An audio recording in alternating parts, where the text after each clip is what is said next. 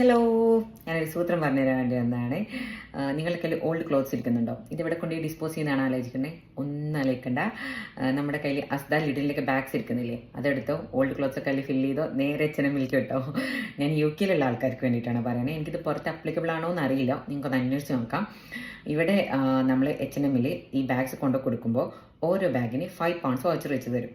ഇത് നമുക്ക് online പർച്ചേസിന് use ചെയ്യാൻ പറ്റും. £25 ആയാൽ, അതായത് നമ്മൾ 5 ബാഗ്സ് കൊടുത്ത് നമുക്ക് £25 ആയാൽ നമുക്കത് സ്റ്റോറിൽ നിന്ന് തന്നെ റെഡീം ചെയ്തെടുക്കാം.